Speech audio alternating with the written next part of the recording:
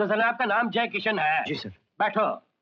Thank you. इससे पहले किसी कंपनी में अप्लाई किया था जनाब? जी हाँ, किया था, और वहां से मुझे इंटरव्यू का कार्ड भी आया था, पर मेरी बदकिस्मती ये थी कि वहां पर जितने कैंडिडेट्स थे उनके मार्क्स मुझसे ज्यादा थे, तो मैंने इंटरव्यू देना मुनासिब नहीं समझा और वहां से चला आया। अजीब आदमी हो, अपनी बुराइयां खुद ही किए जा रहे हो।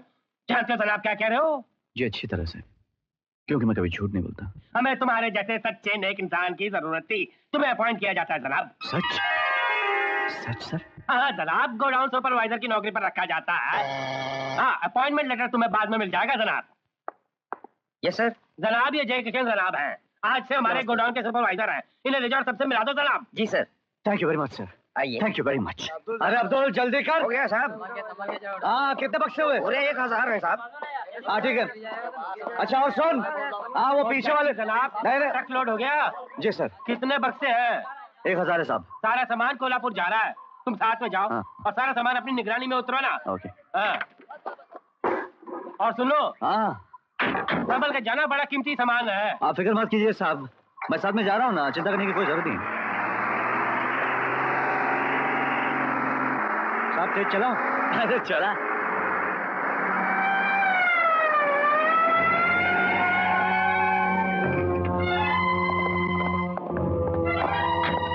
क्या बात है इंस्पेक्टर साहब? ये लॉरी कहाँ जा रही है? कोल्हापुर जा रही है। इसमें क्या भरा है? रेडीमेड कपड़े हैं साहब। हवलदार। Yes sir. तलाशी लो। Okay sir. चलो।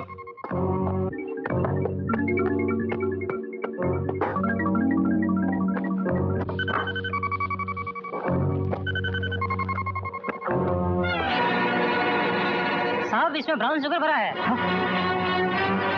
अच्छा, तो इसमें रेडीमेड कपड़े रखे हुए हैं। हमें बेवकूफ बना रहे हो? चलो।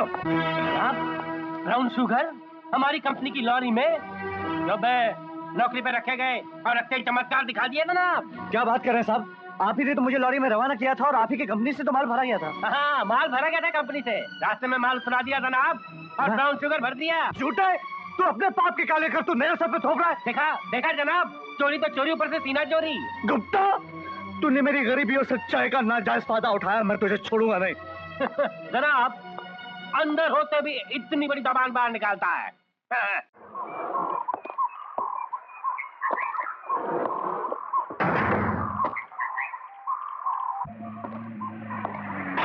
एक्सक्यूज मी,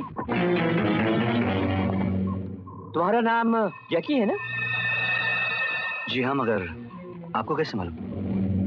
तुम्हारा दोस्त अमर, वो मेरा बेटा है। अच्छा, nice meeting you uncle. Thank you. भाई सुबह शाम वो तुम्हारे गुण गाता रहता है। तुम्हारी 50 तस्वीरें उसके कमरे में लगी हुई हैं, इसलिए मैं तुम्हें देखते ही पहचान गया। हाँ, इस दुनिया में वही तो मेरा एक दोस्त है, वही मेरा सब कुछ है अंकल। लेकिन उसे मत बताइएगा कि मैं आज ही जेल से छूट कर आ रहा हूँ, वरना उसे बहुत दुख होगा। बिल्कुल नहीं बताऊंगा। अरे तुम मेरे बेटे के इतने गहरे और बेहतरीन दोस्त हो, तो तुम भी मेरे बेटे हुए ना। वैसे बेटे, अब तुम जाओगे कहाँ? कोई खास प्लान नहीं अंकल, मगर सबसे पहले मैं जाकर अमर से मिलूंगा। उसके बगैर 1 साल बड़ी मुश्किल से गुजरा अंकल। पता नहीं वो कितना नाराज होगा, कितना चीखेगा, कितना चिल्लाएगा मुझे देखकर। नहीं, ना वो चीखेगा ना चिल्लाएगा, वो बहुत शांत हो गया है। शांत? क्यों? तुम खुद चलकर देख लो कैसे शांत हो गया वो। आओ आओ, आओ बेटे आओ।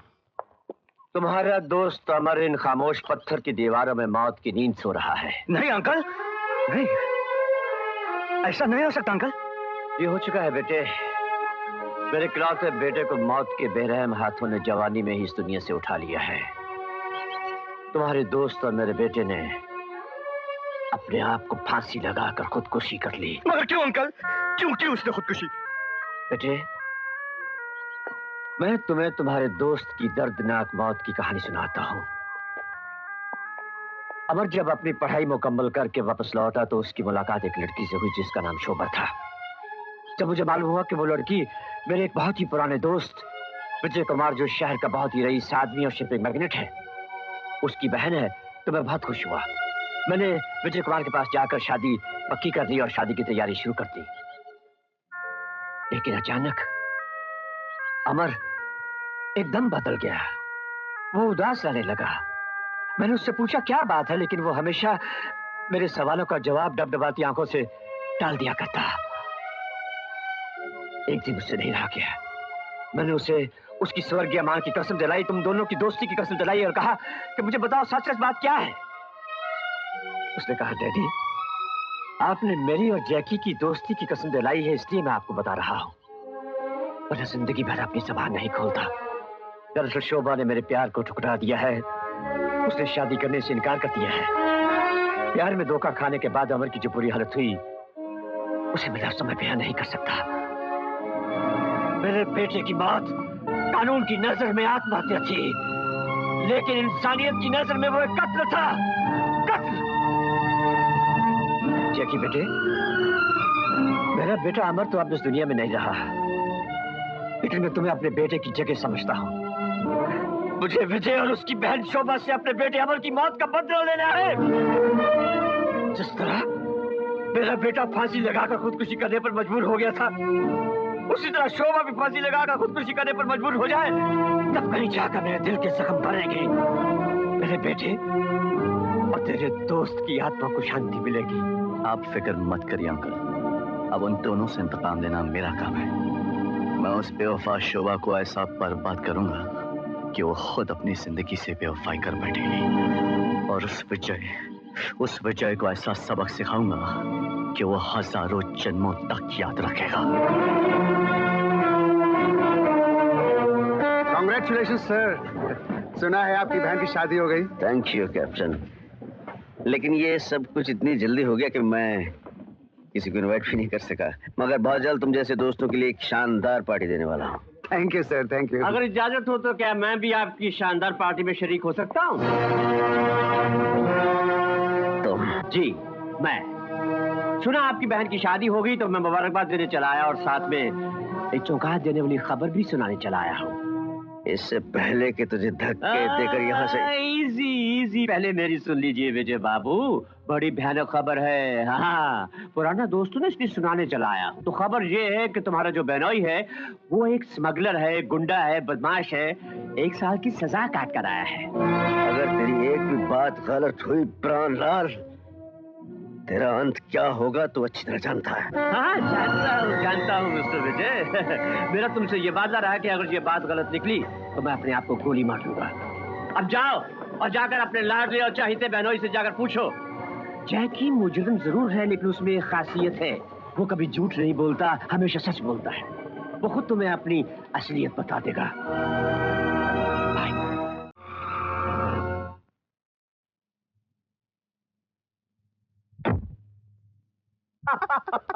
जैकी, इधर आओ। जी? जैकी, मैं तुमसे एक सवाल पूछने जा रहा हूं और जवाब मुझे सिर्फ ना में चाहिए।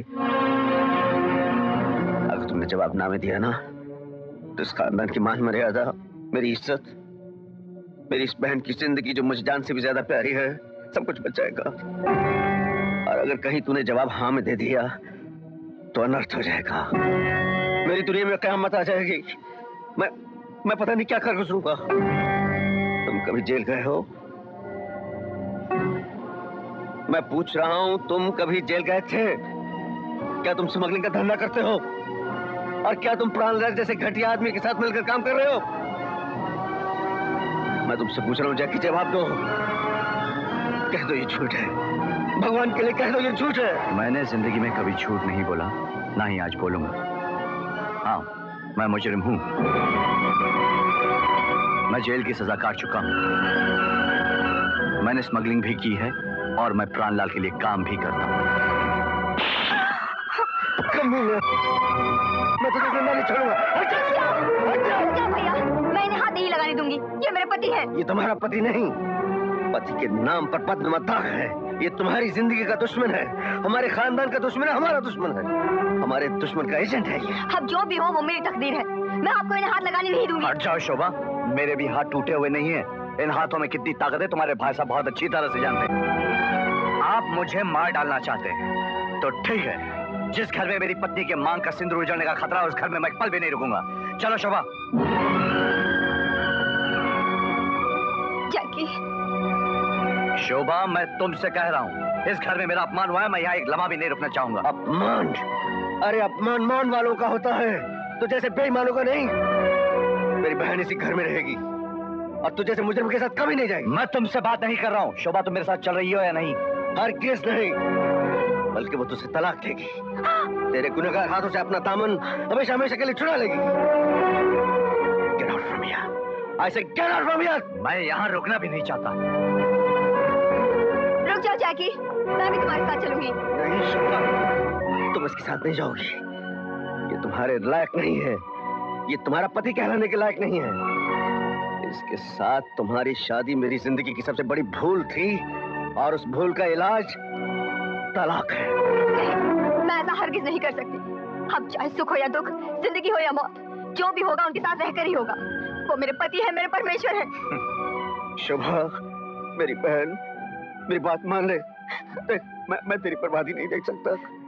ये तेरी शादी नहीं, एक बहुत बड़ी चाल है और उस चाल का खतरनाक मोहरा ये है। तलाक ले ले, मेरा कहना मान, तलाक ले ले। भाभी, भैया मुझे तलाक लेने के लिए कह रहे हैं। मान लो अगर कभी यह वाकया तुम्हारे पति के साथ पेश आया होता, तो क्या तुम अपने पति से तलाक ले लेती? तो इसका मुकाबला इनके साथ कर रही है। ये तो देवता है, इनके बारे में अपने मन में ऐसा सवाल लाना भी पाप है। शुक्रिया भाभी, थप्पड़ मारकर गुस्से में ही सही, मगर आपने मेरे सवाल का ठीक जवाब दे दिया। भाभी, मेरे भैया से कहो कि अगर उनके आदर्श हैं, तो मेरे भी आदर्श हैं। उनकी पत्नी अगर पति को देवता मानकर पूजा कर सकती है, तो मेरा धर्म भी मुझे यही सिखाता है। मैं गलत कदम उठाकर अपने धर्म का अपमान नहीं कर सकती। ना शोभा, शोभा ये घर छोड़ के मत जा। देख, मैं तेरे बगैर मर जाऊंगा। शोभा, मैंने तेरी हर ख्वाहिश पूरी की है। तुझे बाप का लाड, माँ की ममता, सब कुछ दिया है। मेरी बहन मत जा। भैया, मैं अपना फैसला नहीं बदल सकती। शोभा, अगर तुम्हारी जिद भाई की प्यार से ज्यादा बड़ी हो गई है, तो जा, चली जाए यहाँ से। लेकिन एक बात सुन ले, आज के बाद तेरे लिए इस घर के दरवाजे हमेशा के लिए बंद है। ठीक है, शादी के बाद औरत की जगह अपने रिश्तेदारों के दिल में नहीं, अपने पति के दिल में होती है, उसके घर में होती है। चलो जाके, चलो। शोभा।